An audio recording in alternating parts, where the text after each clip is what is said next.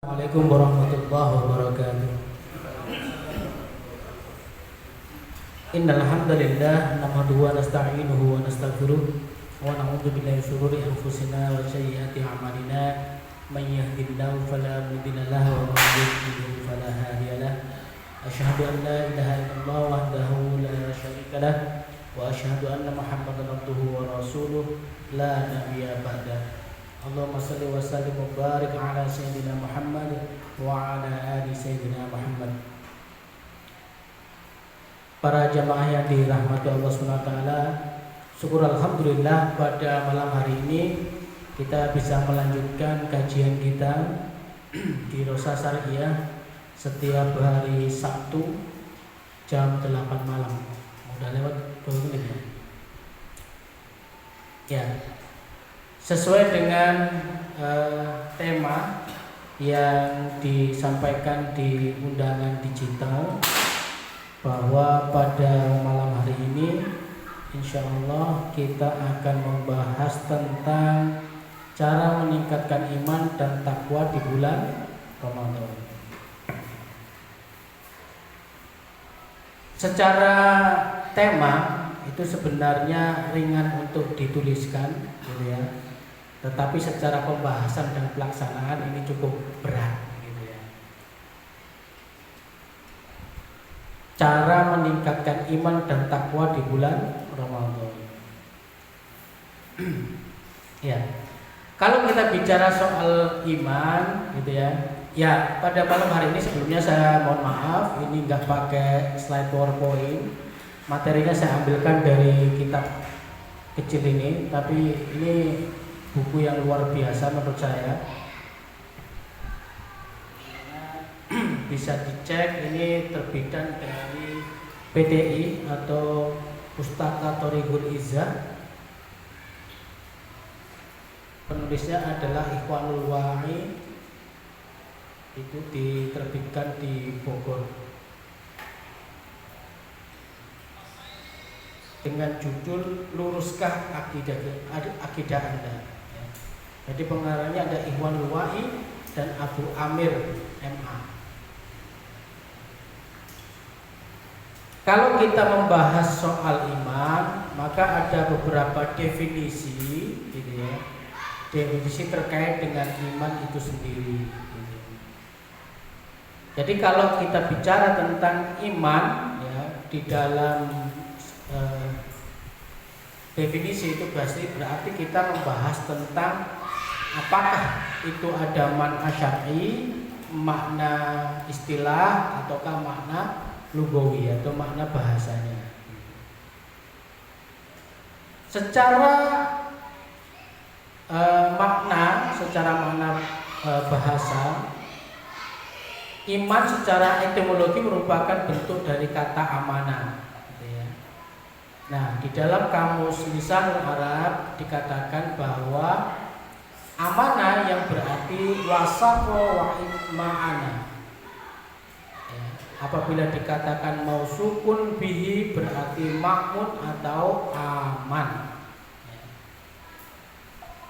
Jadi amanah bi syai', iman dengan sesuatu. Itu berarti sodaku wa aminu hasibu man akhbarahu, membenarkan dan aman dari dusta atas orang-orang yang mengabarkannya. Ada beberapa golongan yang kaum muslimin, maksud saya, beberapa golongan kaum muslimin yang mendefinisikan terkait dengan iman itu sendiri. Seperti terlepas bahwa itu apakah golongan yang yang dibenarkan ataukah tidak, tapi ini sebagian kaum muslimin ini berpendapat, gitu ya. Yang pertama adalah kalangan Khawarij yang berpendapat al-imanu huwa at-ta'atu. Jadi iman itu adalah ketaatan.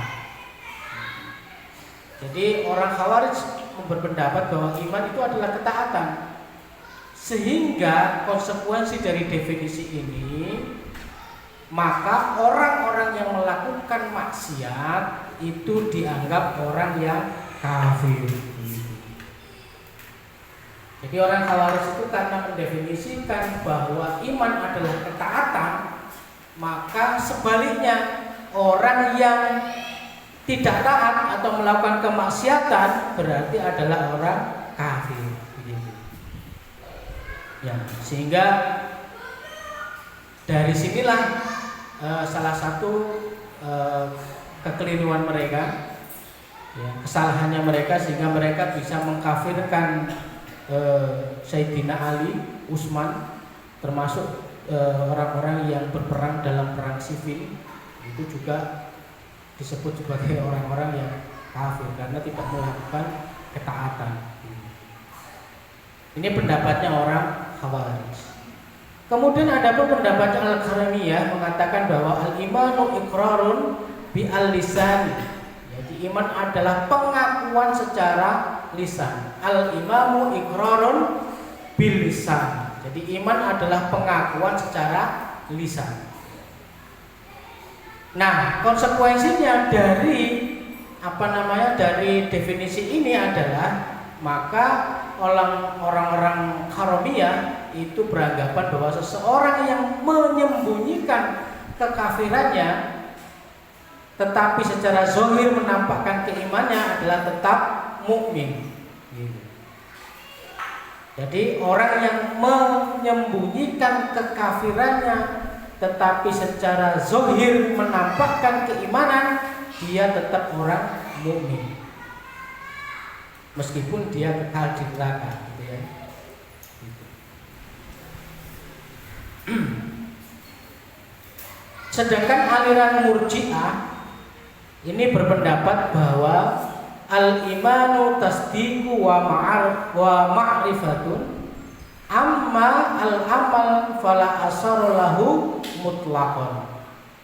Iman adalah pembenaran dan pengetahuan.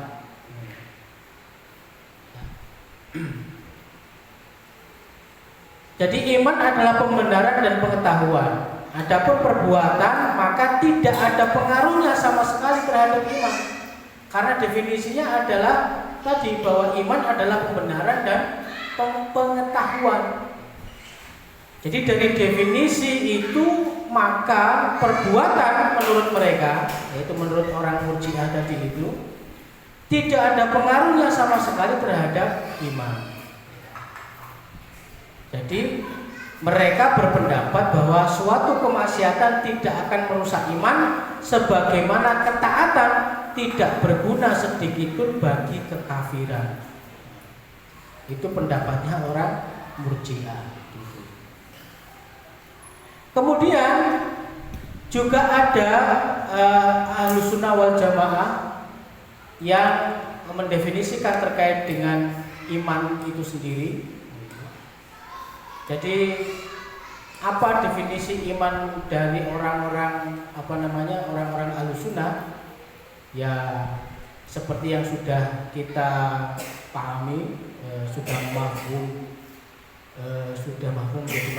di masyarakat umum bahwa kalau dari sisi artinya itu iman itu adalah pembenaran dengan hati, pernyataan dengan lisan, serta melaksanakan dengan perbuatan, kan begitu. Kalau itu menurut orang-orang Ahlussunnah gitu ya. Jadi al-imanu tasdiqul bil jinnani wa qaulun bil lisani wa amalun bil arkan.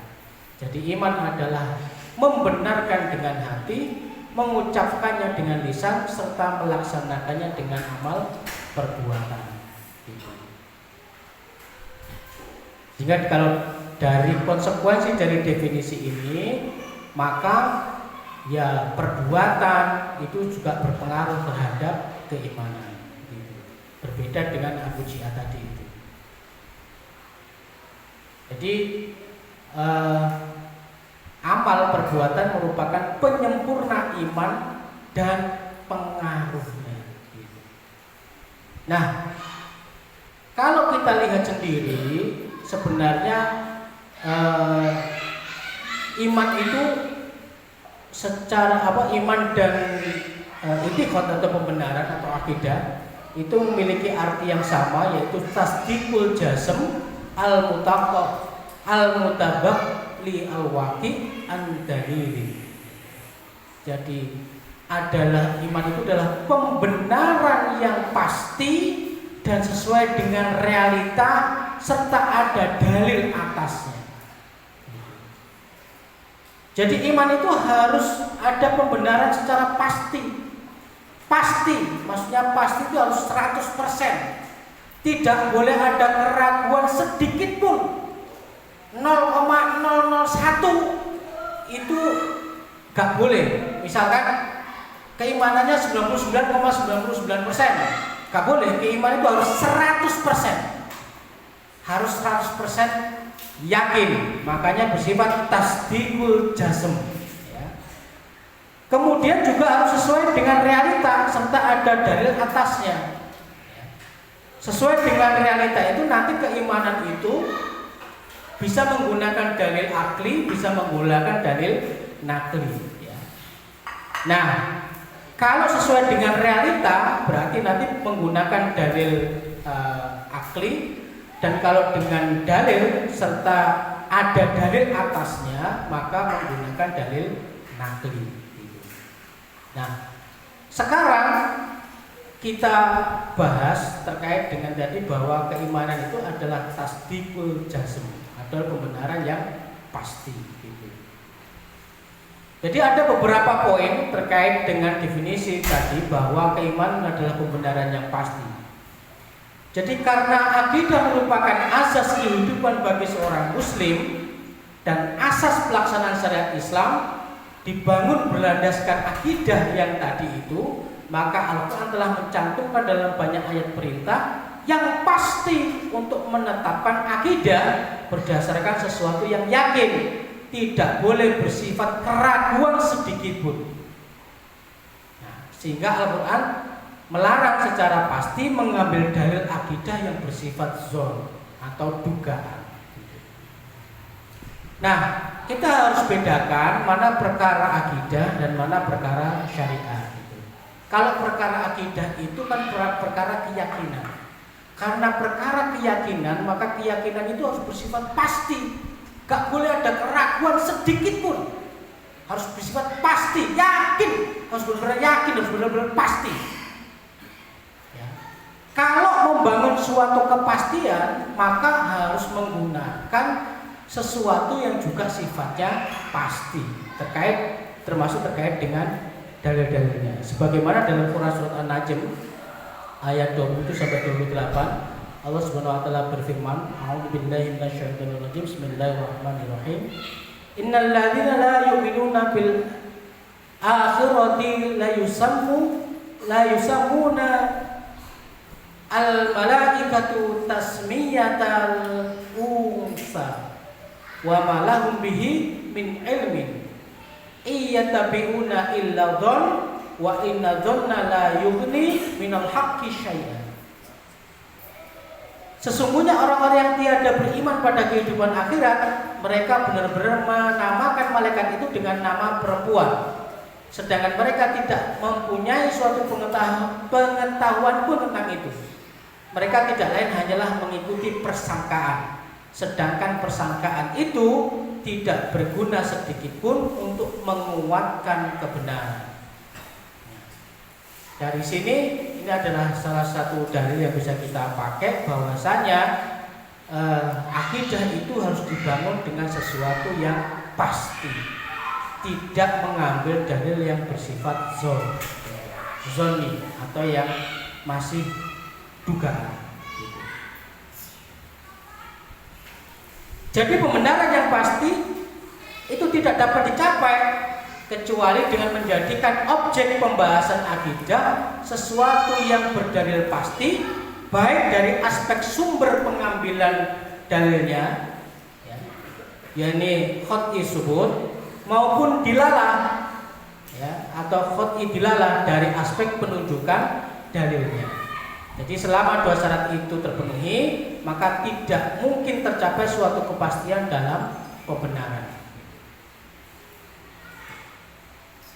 Jadi karena itu bersifat tasdiqul jazm, maka dalilnya harus bersifat pasti. Baik itu pasti itu qat'i, harus pasti, harus khot'i-nya ya baik khot'i subut maupun khot'i dilalah.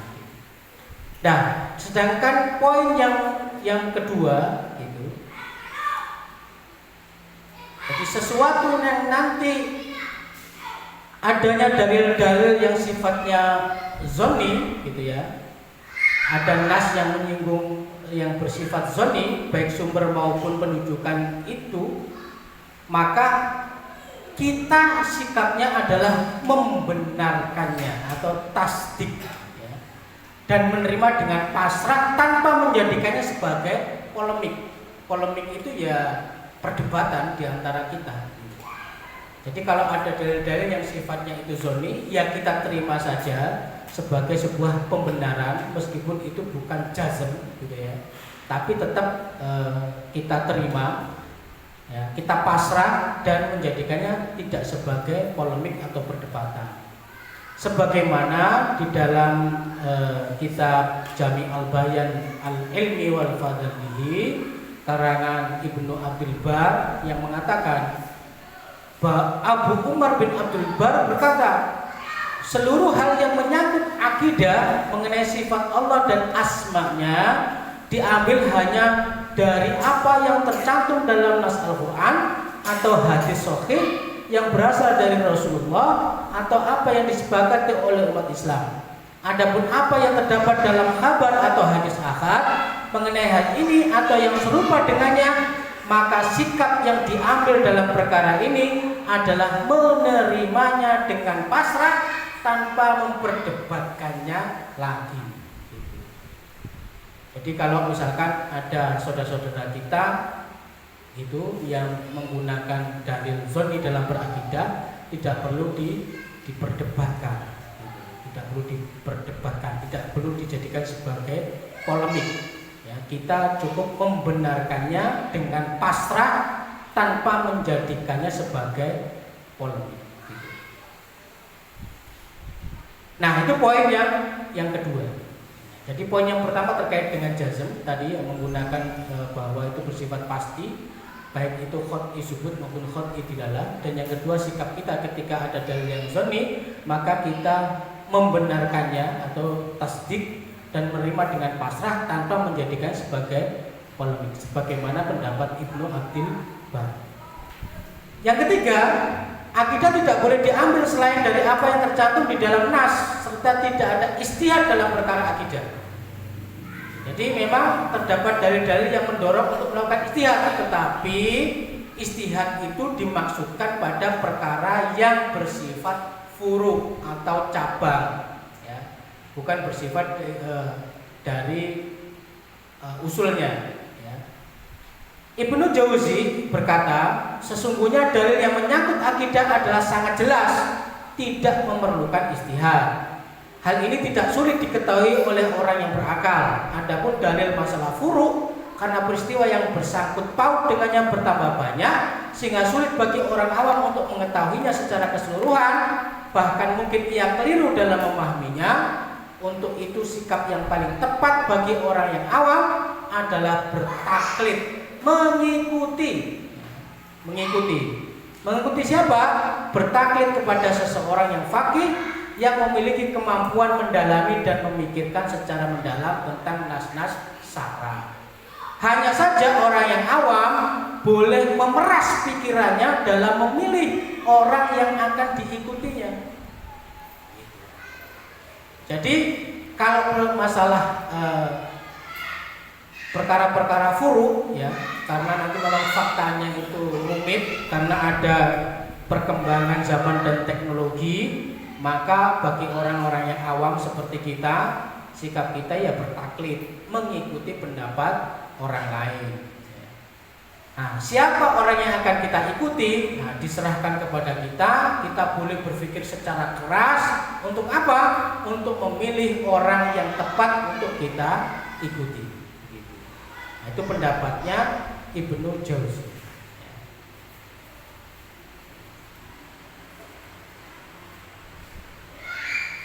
Kemudian yang poin yang terakhir, yang keempat, ya, dalil yang digunakan dalam perkara akidah bisa dalil yang bersifat akli, bisa pula bersifat nakli atau wahyu.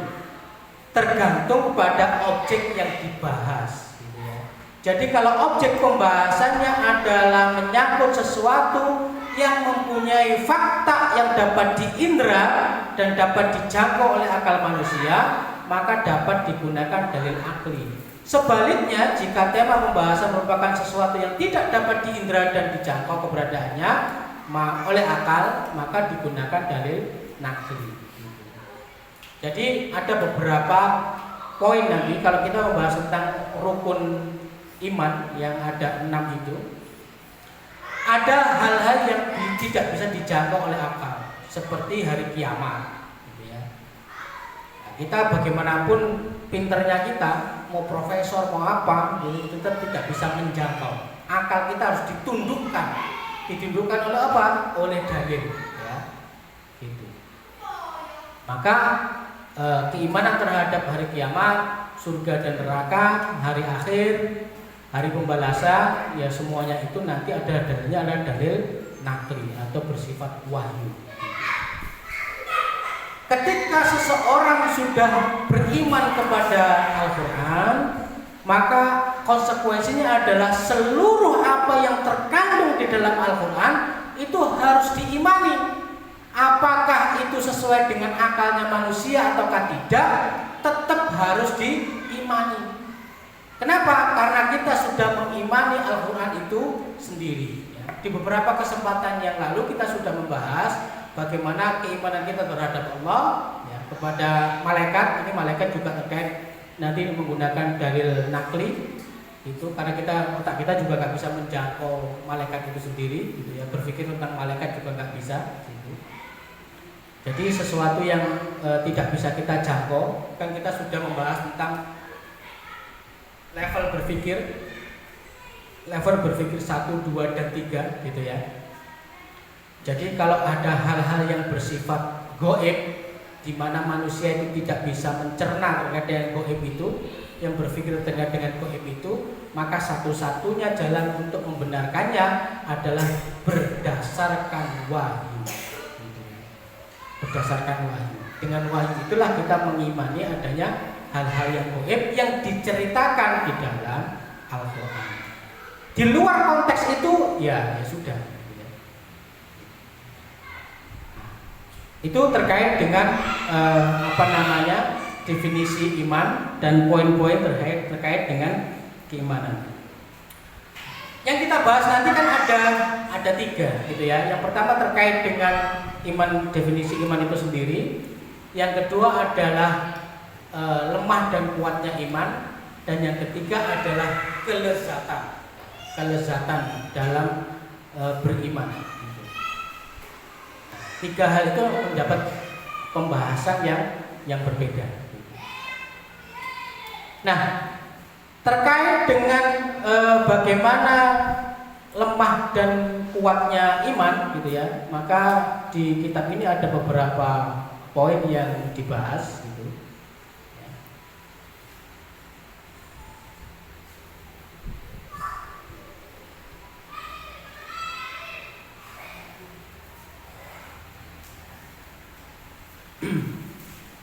Ya.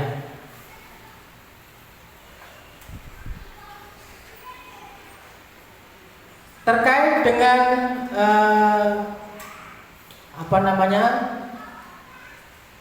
keimanan yang naik dan turun ya. Jadi bagaimana ada sebuah syair yang disampaikan oleh Imam Syafi'i itu. Jadi Imam Syafi'i ini menggambarkan fenomena terkait dengan naik turunnya keimanan itu dalam sebuah syairnya beliau. Ini dalam bahasa Arabnya ada ini imanuna yazidu bita'ah wa taksuhu yakunu bisalati. Iman kami bertambah dengan ketaatan. Dosa berkurang karena ketergelinciran. Jadi seseorang itu imannya bisa naik dan bisa turun ya. Sebenarnya begini, kemaksiatan yang dilakukan seseorang itu tidak menghilangkan keimanannya. Jadi iman itu nggak hilang, gitu ya. Kalau iman yang hilang itu berarti mengikuti definisinya orang Khawarij tadi itu, yaitu al-imanu huwa at-ta'ah. Jadi keimanan itu adalah ketaatan. Sehingga ketika orang tidak taat itu dikatakan kafir. Gitu. Tapi kita tidak berpendapat begitu, gitu ya. Bahwa orang melakukan kemaksiatan, iya, tapi tidak menghilangkan keimanan. Artinya apa? Orang itu tetap dikatakan sebagai orang yang beriman, tetapi imannya itu lemah.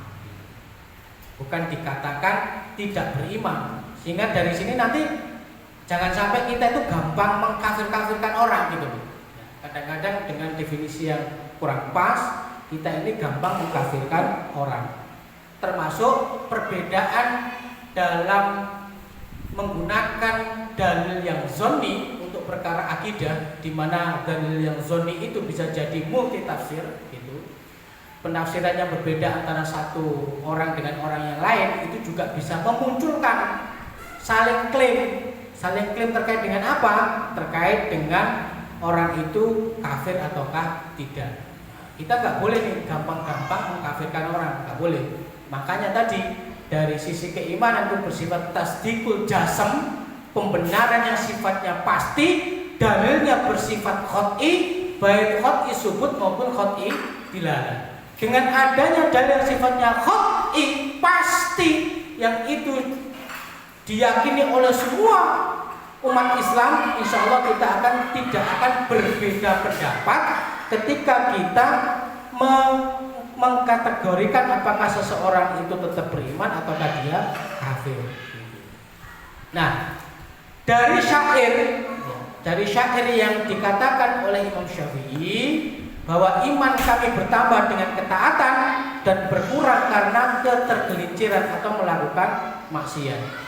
Jadi kalau ditanya apa cara kita untuk meningkatkan keimanan, maka sudah pasti seperti yang disampaikan oleh Imam Syafi'i. Ya, jadi iman akan bertambah dengan ketaatan. Jadi kita perlu melakukan ketaatan terus. Ya. Melakukan perintah Allah dan Rasulnya secara terus. Dengan cara begitu, maka keimanan kita itu akan bertambah. Sebaliknya, kalau kita melakukan kemaksiatan, maka membuat iman kita akan lemah. Nah, dulu guru saya pernah menyampaikan begini. Salah satu tanda diterimanya amal itu adalah kita dimudahkan oleh Allah untuk melakukan perbuatan baik berikutnya. Jadi kalau kita itu melakukan satu perbuatan yang baik dan itu diterima oleh Allah, insya Allah Allah akan memudahkan jalan kita untuk apa? Untuk lebih bertambah lagi kebaikannya. Jadi banyak sekali dalil-dalil yang menyebutkan bahwa iman semakin bertambah dengan ketaatan dan usaha yang keras agar selalu berbuat taat serta dengan bersikap sabar dalam ketaatan. Sebagaimana dalam Quran surat Al-Ankabut ayat 69. A'udzubillahi minasyaitonirrajim. Bismillahirrahmanirrahim.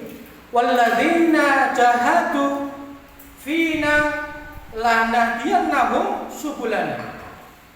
Dan orang-orang yang berjihad untuk mencari keridhaan kami, benar-benar akan kami tunjukkan kepada mereka jalan-jalan kami.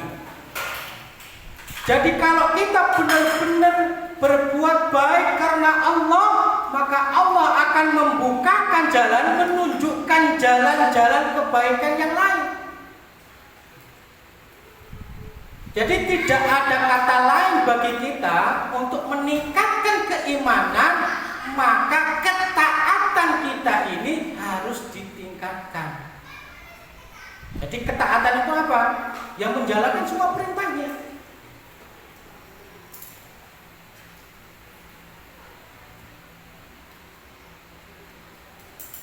Nah, itu terkait dengan bertambahnya keimanan dengan ketaatan. Nah, bagaimana dengan berkurang karena ketergelinciran, yaitu karena kemaksiatan yang kita lakukan? Jadi ini juga di pertemuan sebelumnya sudah kita bahas. Kalau kita melakukan maksiat, sebuah kemaksiatan, maka Allah tidak akan menunjukkan. Jadi ini kan mafhum mukhalafah dari surat Al-Ankabut tadi itu. Kalau kita melakukan kebaikan, ketaatan kepada Allah, maka Allah akan menunjukkan kepada kita jalan-jalan kebaikan itu. Dan kalau kita melakukan kemaksiatan, maka Allah tidak akan menunjukkan jalan. Ya. Kecuali apa? Kecuali dari kemaksiatan itu kemudian kita melakukan perbuatan yang baik, maka insya Allah Allah akan menunjukkan jalannya. Artinya apa? Semakin banyak kemaksiatan yang kita lakukan, akan semakin gelap jalan yang kita lalui. Jadi kalau kita sering melakukan kemaksiatan, maka jalan-jalan kebaikan itu kan nggak ditunjukkan oleh Allah, sehingga jalan itu gelap. Nah, kalau semakin gelap itu benar-benar nanti akan bergantung kepada diri kita, bagaimana kita berusaha sekuat tenaga untuk keluar dari jalan yang gelap tadi. Usaha kita akan semakin keras, gitu ya, membuat kita semakin repot, semakin keras, gitu. Tekadnya harus semakin kuat untuk terlepas dari kemaksiatan itu, sehingga Allah akan membukakan jalan kebaikan untuk kita.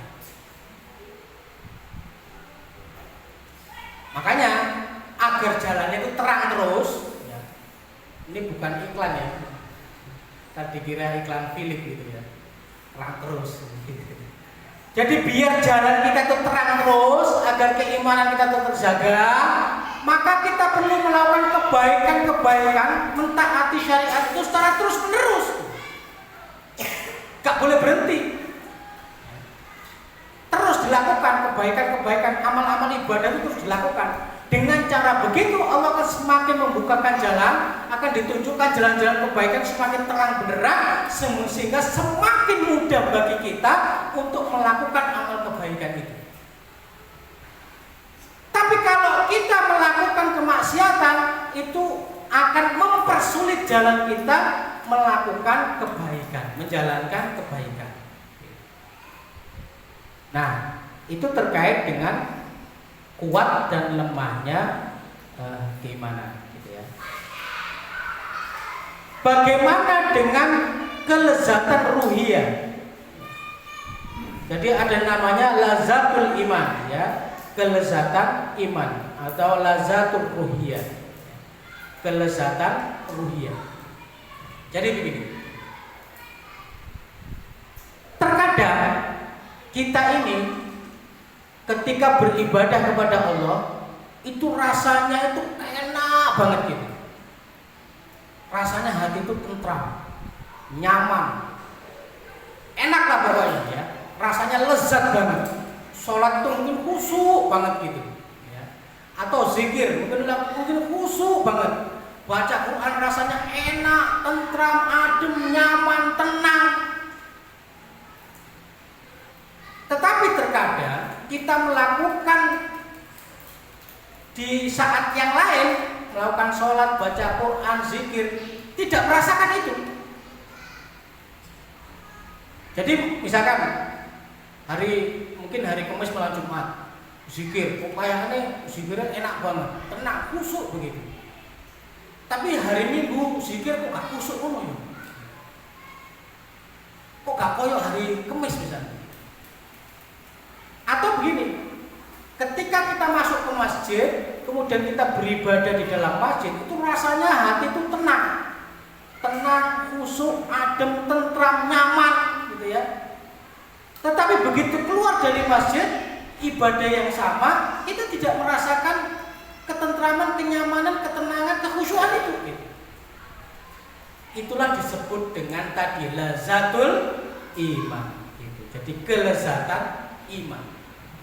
Kenapa itu bisa terjadi di satu sisi? Kenapa itu tidak terjadi di sisi lain?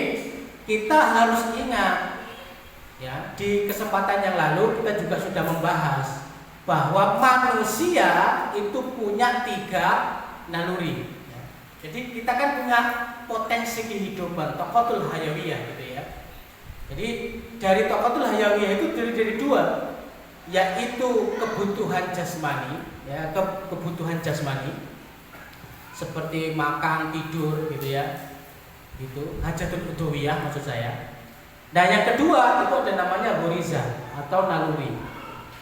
Manusia itu punya 3 naluri, yaitu ghorizatul tadayyun, yaitu naluri mensucikan sesuatu. Ya. Jadi ini sudah fitrahnya manusia. Manusia itu pasti di dalam hatinya, di dalam dirinya pasti mensucikan sesuatu. Yang kedua ada namanya ghorizatul baqa, yaitu naluri mempertahankan diri. Jadi kalau ada serangan-serangan dari luar, otomatis dia akan melakukan pembelaan.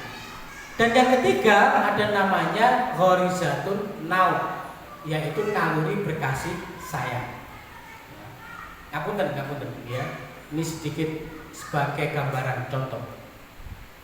Di dalam 3 ghorizah itu, masing-masing naluri tadi itu, ketika itu dijalankan, di dalamnya ada yang namanya kelezatan dan kenikmatan. Contohnya, ghorizatun naum, berkasih sayang. Ketika seorang suami dan istri ada naluri berkasih sayang, dalam tanda kutip adalah seksualitas, maka di dalamnya ada kelezatan dan kenikmatan. Itu bagian dari naluri yang itu sifatnya alami. Sifatnya itu alami. Jadi kadang-kadang itu terasa enak, kadang-kadang juga terasa biasa saja. Betul apa? Saya tanya sama yang nikah aja, yang nikah ya.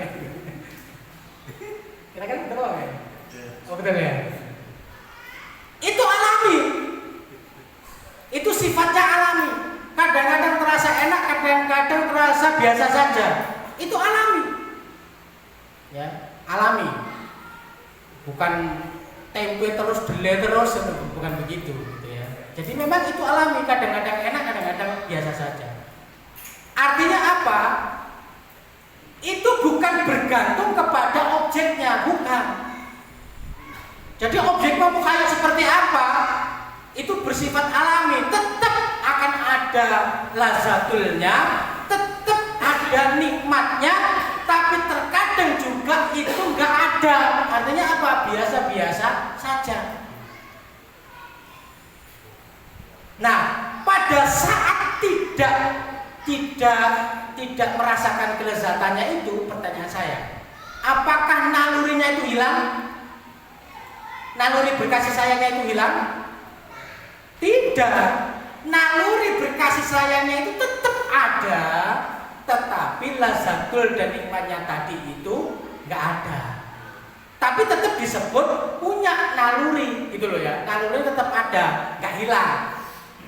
Nah, hal ini pun berlaku pada konteks ghorizatun tadayyun, semangat atau naluri mensucikan sesuatu, yaitu semangat untuk beribadah, untuk mendekatkan diri kepada Allah. Artinya apa?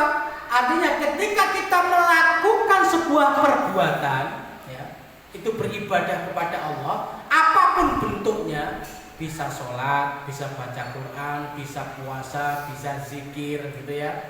Apapun bentuknya, itu ada yang namanya kelezatan, kenikmatan di dalam melakukan ibadah. Itu ada.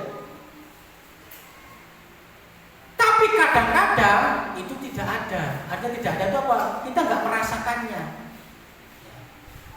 Nah, kenapa kok bisa kadang-kadang itu apa? Kadang-kadang itu ada, kadang-kadang itu tidak ada. Artinya bukan tidak ada ya, kita tidak merasakannya gitu. Maka itu bergantung kepada 2 hal. Yang pertama adalah faktor psikologis, dan yang kedua adalah faktor lingkungan. Jadi begini, Ketika kita beribadah, misalkan sholat, ya, pada saat kita sholat ternyata di rumah itu lagi bertengkar sama istrinya, bertengkar. Karena bertengkar, suasana hatinya kurang bagus, kurang enak. Lah pada saat suasana hatinya kurang enak, kemudian kita sholat, disitulah mungkin kelezatan dan kenikmatan ketika beribadah itu tidak kita rasakan. Tapi ketika misalkan psikologinya itu baik, lingkungannya itu baik, ya, maka apa? Kelezatan dan kenikmatan itu bisa kita rasakan. Nah, artinya begini, bukan berarti ketika kelezatan itu tidak kita nikmati, bukan berarti terus iman kita hilang, bukan. Jadi mau lezat mau tidak lezat, kita tetap dituntut dalam tanda kutip, dipaksa untuk terus taat terhadap Allah dan Rasulnya, mau lezat atau tidak lezat. Jika nggak ada alasan, aku kayaknya sholat ini nggak bisa nyaman, nggak bisa enak, aku tak menenteramkan diri dulu, tak mengkondisikan diri dulu. Biar apa? Biar aku sholat bisa enak. Artinya apa? Nggak sholat dulu. Ya nggak boleh begitu. Mau enak mau nggak enak, tetap harus sholat. Karena itu kewajiban. Nah, itu terkait dengan sholat. Mungkin kita bisa menerima semuanya begitu. Bagaimana dengan dakwah? Sama, dakwah itu juga kewajiban. Mungkin pada saat kita berdakwah, kita dibully sama orang. Walah, kayak wingi ngaji, dakwah-dakwah ya aku iso apa kon? Wah, diserang kita, dibully sama orang. Sehingga apa? Mempengaruhi suasana hati kita. Sehingga dakwah mungkin terasa nggak nikmat, terasa nggak lezat. Akhirnya apa? Akhirnya kita berpikir apa? Wes, aku tak menenangkan diri dulu, tak menenangkan hati dulu, baru kemudian saya berdakwah. Tak boleh. Jadi itu tetap harus dilaksanakan. Kenapa? Karena dakwah itu kewajiban. Jadi mau nikmat mau nggak nikmat tetap harus dijalankan karena itu kewajiban. Jadi nggak boleh beralasan bahwa ketika kita tidak menemukan kelezatan dan kenikmatan dalam beribadah atau berdakwah, kemudian kita menghentikan dakwah dan ibadah itu, nunggu hatinya tenang, nunggu hatinya enak baru beribadah. Nggak bisa begitu juga. Nggak boleh kayak begitu. Tetap harus dijalankan. Nah, seperti sholat tadi itu yang sudah kita bahas. Syukur kalau setiap sholat itu kita merasakan kenikmatan dan kelezatannya, ya alhamdulillah kan begitu. Tapi ya nggak mungkin juga sebagai seorang manusia biasa, kemudian ketika kita beribadah kepada Allah, itu setiap ibadah itu merasakan kelezatan dan kenikmatan itu. Kadang-kadang Allah mencabut kelezatan dan kenikmatannya itu dengan tujuan apa? Dengan tujuan untuk menguji kita, apakah kita benar-benar tetap menjalankan amal ibadah itu ataukah tidak gitu. Maka kesimpulannya begini juga. Jika ada seorang wanita yang kemudian kita minta untuk kita dakwai untuk berkerudung, untuk berjilbab, kemudian dia mengatakan begini, aku tak jilbabi atiku sik. Nah, kan gitu ya. Ada nggak yang sering ngomong kayak begitu? Aku tak jilbabi atiku sik. Nek atiku wis jilbaban, engko aku tak jilbaban secara fisik. Artinya sebenarnya kalau kita tangkap dengan definisi yang tadi itu, dia ingin mendapatkan kelezatan dan kenikmatan di dalam hatinya dulu, ketentraman, ketenangan, pemahaman yang luar biasa, baru setelah itu kemudian dia ingin memakai jilbab pada fisiknya, tubuh fisiknya. Nah ini nggak boleh itu apa? Memakai jilbab itu wajib bagi muslimah. Maka mau hatinya itu tentram atau tidak tentram, dia tetap harus pakai jilbab itu. Sebagaimana tadi tuh, mau tentram atau tidak hati kita, waktunya sholat ya sholat. Nggak boleh sholatnya ditinggalkan nunggu hatinya tentram, nggak boleh. Tetap harus dikerjakan sholat itu dan berusaha untuk agar ibadah itu bisa terasa lezat dan nikmat. Sama orang berdakwah juga begitu. Nggak boleh ketika kita dibully sama masyarakat, oh dakwah nggak bener kayak begini kemudian membuat kita down. Akhirnya apa, kita nggak mau berdakwah, nunggu hatinya tenang dulu, tentram dulu, baru kemudian berdakwah. Nggak boleh. Jalan terus dakwahnya meskipun kita tidak mendapatkan kelezatan dan kenikmatan dalam berdakwah. Seorang muslimah tadi juga begitu, pakai dulu kan gitu kerudungnya, meskipun hatinya ini belum tenang, belum lezat, belum nikmat ketika dia berjilbab, wes gak ada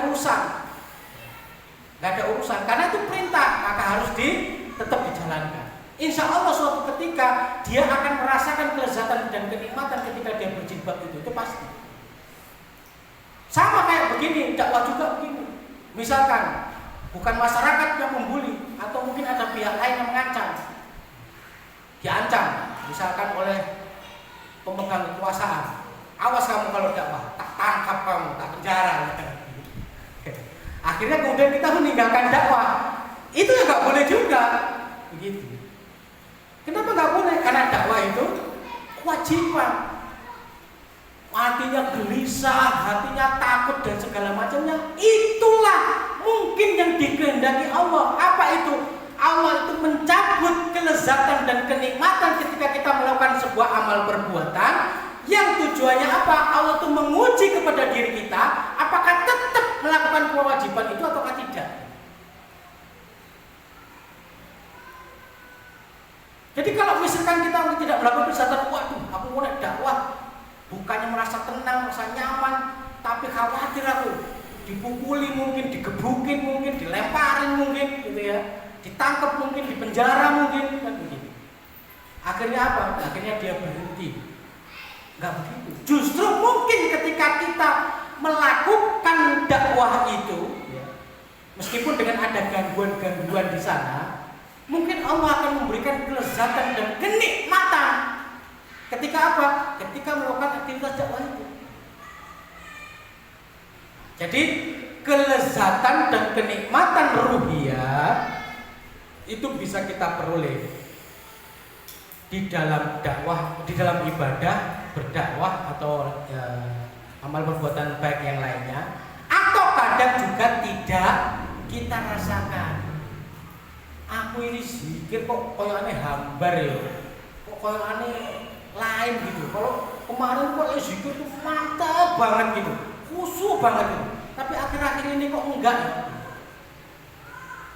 Bisa jadi memang begitu. Jadi kelezatan itu memang enggak bisa kita dapatkan secara terus-menerus. Karena ada tadi, bisa jadi Allah tuh mencabutnya itu untuk apa? Menguji konsistensi kita tetap menjalankan amal ibadah itu ataukah tidak. Nah tadi ya, bahwa kenikmatan dan kelezatan itu bergantung kepada psikologi, faktor psikologi dan faktor situasi lingkungan. Maka agar ibadah kita terasa nanti nikmat dan lezat, kita perlu mengkondisikan psikologi dan situasi lingkungan kita. Artinya apa? Kalau kita ingin misalkan sholat yang terasa nikmat dan lezat, ya jopo ditoto hatine, ya ditata hatinya, mungkin dilupakan sejenak tentang masalah. Ustaz, aku mau sholat khusyuk tapi utangku akeh Ustaz. Mungkin begitu gitu ya. Dalam hati, gak kowe tok. Ustaznya juga akeh utange iki, kalau sampeyan iki. Aku pengen ibadah yang khusyuk Ustaz, tapi anakku yang gangguin aku terus Ustaz. Sing njaluk ngene, sing karo wong tua wani segala macam, ya apa Ustaz? Makanya dari sejak kecil anaknya dididik untuk paham agama, biar nanti kita itu semakin merasakan kelezatan dan kenikmatan beribadah kepada Allah. Saya itu mau ibadah yang khusyuk Ustaz, tapi nggak tahu istri saya ngomel terus. Kadang-kadang kita itu lupa. Lupa apa? Seolah-olah kita ini tidak bisa berbuat baik disebabkan oleh orang lain, sehingga orang lain yang disalahkan. Anaknya lah, bojone lah, tetanggane lah, koncone lah, nyalakan orang lain. Tapi kita tidak pernah mengevaluasi dan mengoreksi diri kita. Pertanyaannya, apa ketukaran kalau bojomu? Bisa jadi penyebabnya itu diri kita sendiri. Contoh, hutang kita banyak, itu sebab orang lain atau sebab kita? Ya sebab kita sing utang-utang dhewe, kan begitu. Nah, terus pertanyaannya, lalu kita nyalakan hutang. Yo salahkan kowe, kenapa kowe kok apa istilahnya itu ya? Mungkin gerangsang bahasa Jawa, gerangsang kok. Mungkin rakus ya. Gurung wayahe duwe wis dipeksono duwe. Sehingga apa? Hutang kan begitu. Penghasilannya gak cukup, Ustaz. Kurang. Loh, kalau kita mau hidup sederhana insya Allah cukup. Kan antara kebutuhan dan keinginan itu dua hal yang berbeda. Kalau nuruti keinginan, oh bisa gulung utangnya. Kayak yang berita-berita itu, di berita-berita sekarang kan ngeri. Mahasiswa pinjol, ya, pinjam online itu sampai bernilai miliaran. Saya itu mikir, ini mahasiswa pinjam utang online sampai miliaran gitu. Iya apa ceritanya? Padahal mahasiswa dulu kalau saya, yo kan bergantung orang tua. Jadi SPP dibayari orang tua, sangu dibayari orang tua. Wong tua nggak kayak sangu, yo nggak kuliah. Aku bingung ceritanya. Jadi nggak ada ceritanya utang. Mungkin utang buat bayar SPP Ustaz. Sing utang tuane itu anak ya kan begitu bayar SPP. Ya gitulah ya. Apalagi utangnya utang riba kan begitu. Wah, berat lagi kan. Dan apa? Kelezatan dan kenikmatan sebagai efek dari gorizatul tagayum tadi itu kadang-kadang juga tidak berpengaruh kepada keimanan seseorang. Apa maksudnya? Maksudnya begini. Bisa jadi ketika seseorang itu di masjid sholat itu merasakan kenikmatan yang luar biasa, ya, yang khusyuk banget begitu. Tetapi ketika dia keluar ke masjid, bisa jadi banyak pelanggaran yang dia lakukan, kemaksiatan yang dia lakukan. Apa contohnya? Ya tadi contohnya, mungkin dia hutang berbunga, kan begitu. Kok isuk ceritane wong salate kusuk, zikire kusuk, kok sone ngepen kok utang riba. Yaitu tadi bahwasanya kelezatan iman itu kadang-kadang tidak berpengaruh kepada keimanannya seseorang. Jadi imannya seseorang yang mempengaruhi yang ketaatan dan kemaksiatan itu sendiri, bukan kelezatannya. Makanya bahwa kita ini mau lezat mau tidak lezat, tetap harus tunduk terhadap syariat, harus tetap taat dan menjauhkan maksiat.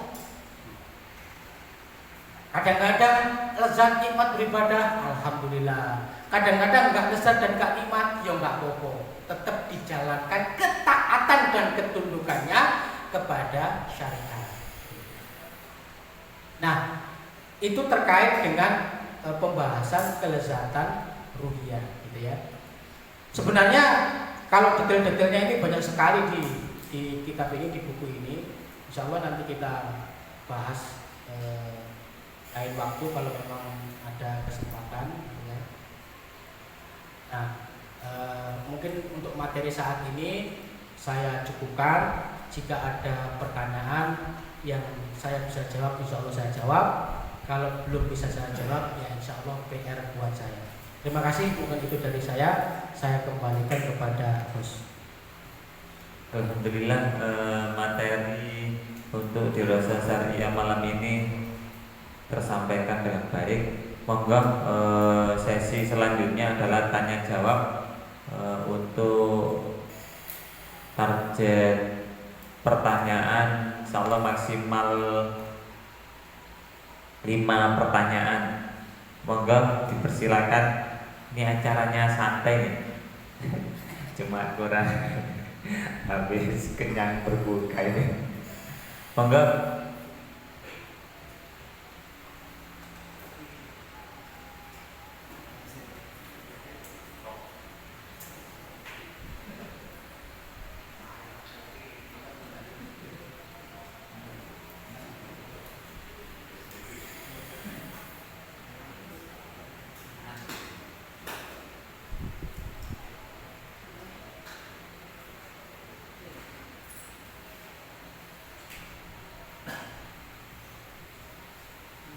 Assalamualaikum warahmatullahi wabarakatuh. Kadang-kadang kita itu merasa iman kita itu biasa-biasa saja.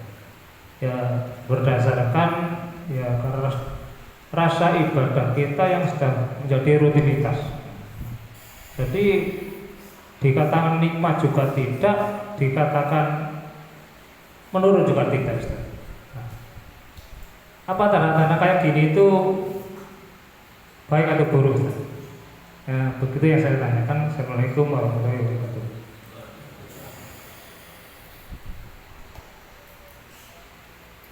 Ada lagi yang lain?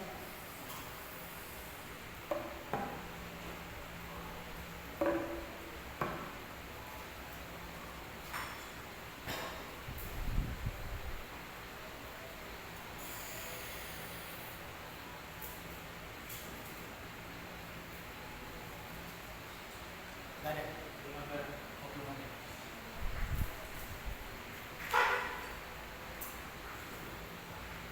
Jadi pertanyaannya adalah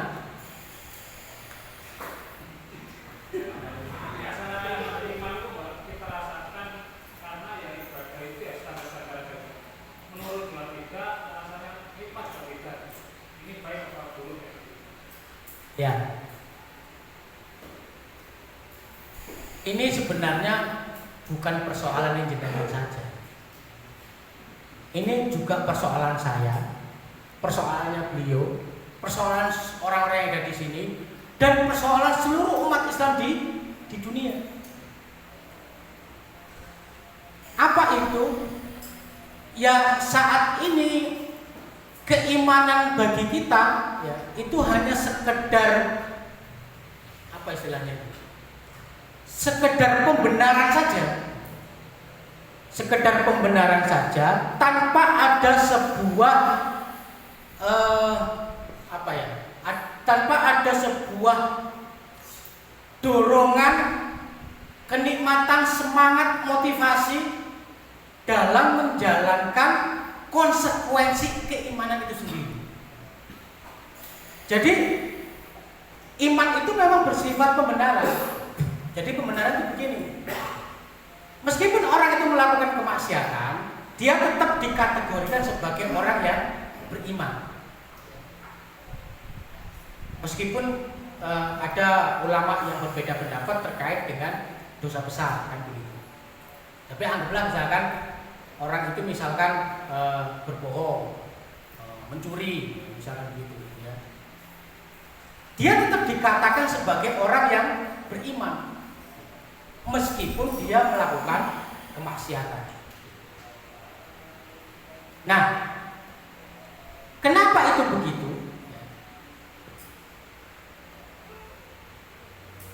Jadi memang kita banyak faktor-faktor luar, ya, faktor-faktor luar yang apa istilahnya, yang mempengaruhi keimanan kita dari sisi bukan mempengaruhi ini ya, iman itu dari sisi keimanan pembenaran kan begitu, tapi dari sisi konsekuensi menjalankan konsekuensi keimanannya.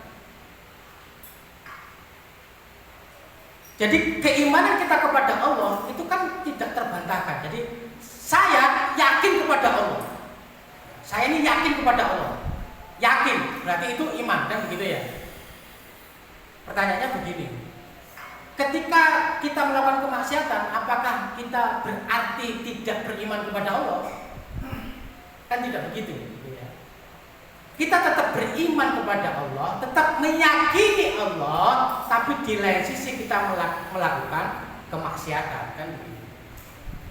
Nah, kok bisa melakukan itu? Itu tadi yang kalau di kitab ini atau di kitab Takatul itu dibahas tentang al-idrak as-silatu billah. Kesadaran manusia akan hubungannya dengan Allah. Ibaratnya itu kalau bahasa mudahnya itu sinyal bahwa kita meyakini kepada Allah, ya kok melakukan kemaksiatan, sinyalnya putus. Sinyalnya itu putus. Jadi al-idrak as-silatu billahnya itu putus.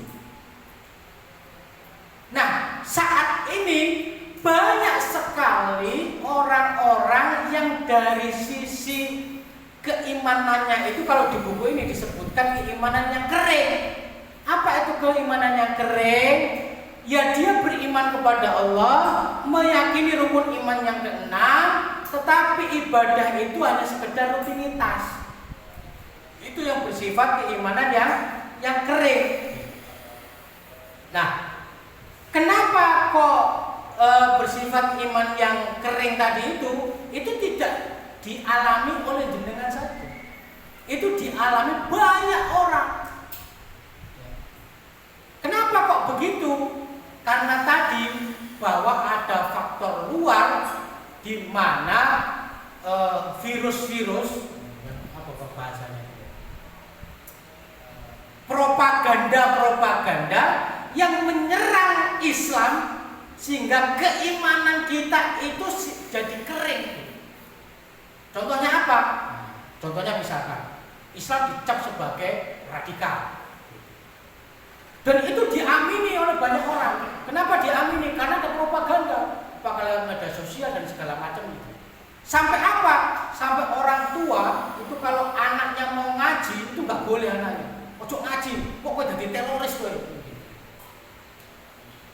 Kenapa? Karena tadi propaganda itu bertubi-tubi menyerang kita. Pertanyaannya lagi, kenapa para sahabat dulu ketika beliau ini beriman kepada Allah dan Rasulnya itu sifatnya nggak kering? Kan begitu ya?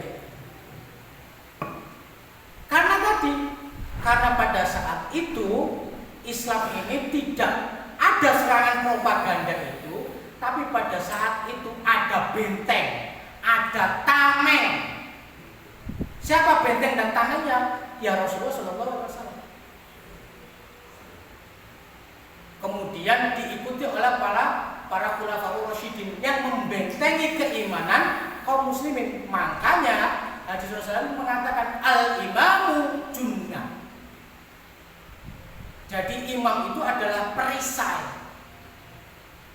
tameng dari apa? Segala macam propaganda. Kalau sekarang ngapunten, itu namanya propaganda dari luar, itu nggak ada saringannya, nggak ada tamengnya, hantam ke kita. Kita ditunjukkan dengan gaya-gaya hedonis. Coba anak-anak kita buka HP, di HP, di TikTok, di YouTube itu ditunjukkan bagaimana gaya hidup hedon. Tahu gaya hidup hedon? Gaya hidup yang menunjukkan materialisme, mobil mewah, HP bagus, makan enak, jalan-jalan, kan begitu. Sehingga apa? Sehingga yang terbersit di pikiran kita, hidup yang enak, urip sing enak kuwi, orang urip yang dihormati orang itu adalah hidup yang banyak uang. Ini menggerus apa? Menggerus keimanan kita. Kenapa? Karena keimanan itu tidak memandang banyak atau sedikitnya harta yang kita miliki. Ya, keimanan itu dilihat dari ketaatan kita, dari keridhaan Allah. Jadi mau sedikit mau banyak, harta kita, kalau Allah itu ridho kepada kita, itu sudah selesai urusan kita. Selesai itu apa? Itu yang baik, yang berkah untuk kita itu. Jadi bukan hanya sekedar mobil mewah. Kan mereka nggak tahu mobil mewah itu korupsi kan, dari leasing yang haram kan, misalnya begitu kan enggak. Sekarang coba dengan tanya itu, hampir semua orang di dunia ini kalau beli mobil itu pasti leasing, kebanyakan kan gitu. Hampir ya, tapi nggak semuanya gitu kan. Tanya leasing. Leasing itu kan haram. Kenapa haram? Ada riba di dalamnya, ada denda, ada akad yang batil karena multi akad kan. Tapi itu yang dilihat, makanya makso. Sawahnya didol, tuku mobil. Kayak di mana itu? Di Tuban itu ya, di Tuban itu. Di landasnya tukok ke mobil, habis itu menyesal semuanya kan begitu.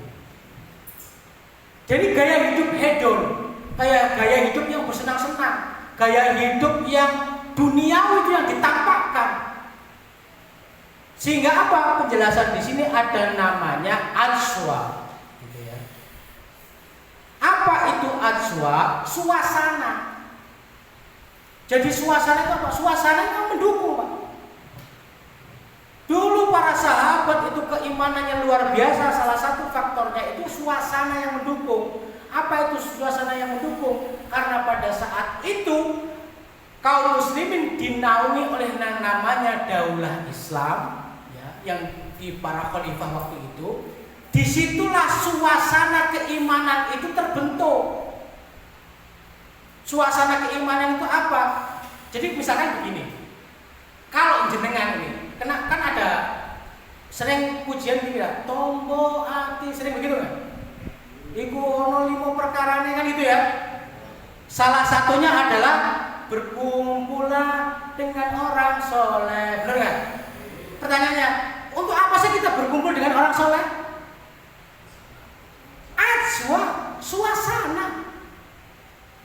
Kalau lingkungan di sekitar kita itu mendukung kesolihan, mendukung keimanan kita, insya Allah kesolihan dan keimanan kita itu akan bertambah, gitu loh. Ketakwaan kita akan bertambah. Beda begini, jenengan benar mengaku orang beriman, tetapi lingkungannya narkoba, pencuri, nggak pernah sholat, suka maksiat segala macam. Pertanyaannya, ini bisa nggak menguatkan keimanan kita?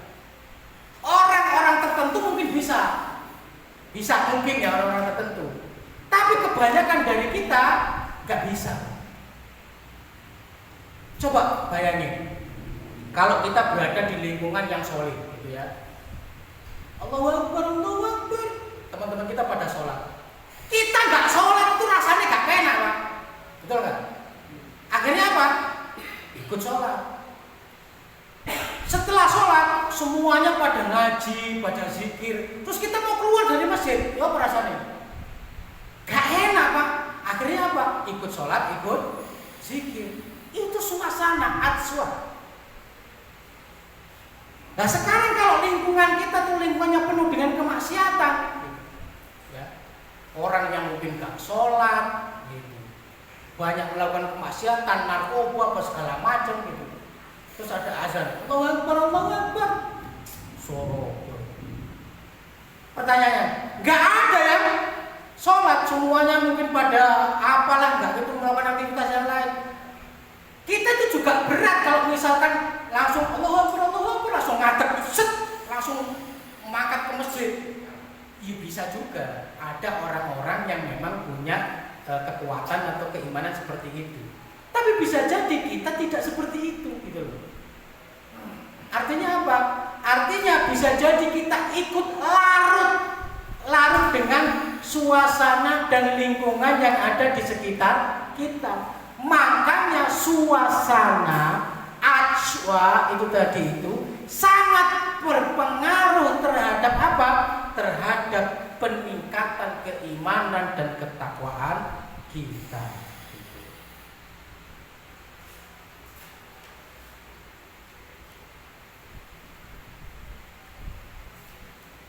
Nah, itu menjawab pertanyaan jenengan. Jadi, kenapa kok bisa seperti itu, Ustaz? Ya, itu bukan hanya jenengan yang merasakannya. Kita semua juga merasakan hal yang seperti itu, ya. Jadi, salah satu faktornya itu adalah tadi suasana. Jadi, kita perlu memang berada dalam lingkungan yang Islami, itu kita perlu. Lingkungan di orang-orang yang soleh itu perlu, Pak. Maka datanglah ke majelis-majelis ilmu, datanglah ke majelis-majelis pengajian, datanglah. Ya terserah, kan banyak majelis-majelis ilmu, majelis-majelis pengajian itu kan banyak. Silakan datang. Dalam rangka apa? Dalam rangka memupuk suasana. Dalam rangka apa? Memupuk suasana. Makanya nek orang itu enggak ngaji ini sering bolos, itu enggak tersuasana Pak di hatinya itu. Nanti lama-lama itu futur, lama-lama itu males. Nek wis males itu repot urusan. Makanya terus dilakukan. Mau berat mau ringan dilaksanakan. Mau nikmat mau enggak nikmat tetap dilaksanakan. Dengan cara begitu insya Allah apa? Keimanan kita dan ketakwaan kita akan tetap terjaga. Dan kalau suasana itu mendukung, saya yakin keimanan kita gak akan ada keimanan yang kering, tapi keimanan yang benar-benar berbobot, keimanan yang benar-benar berisi.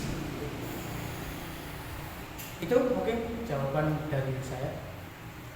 Kalau ada pertanyaan yang lain, mohon silakan.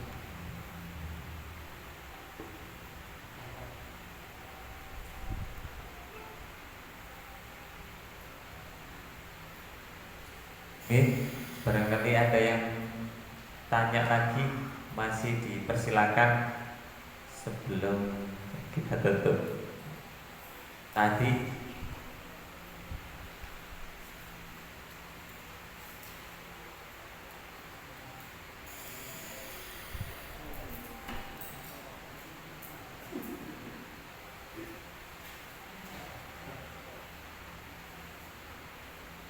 kalau tidak ada berarti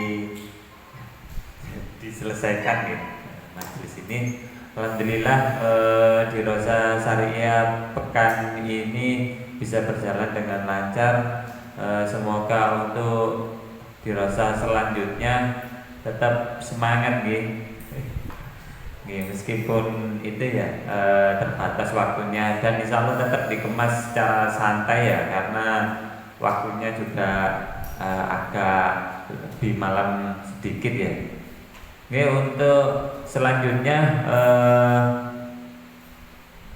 karena acara demi acara sudah terselesaikan, maka untuk mengakhiri kita baca doa majelis penutup dan istighfar 3 kali.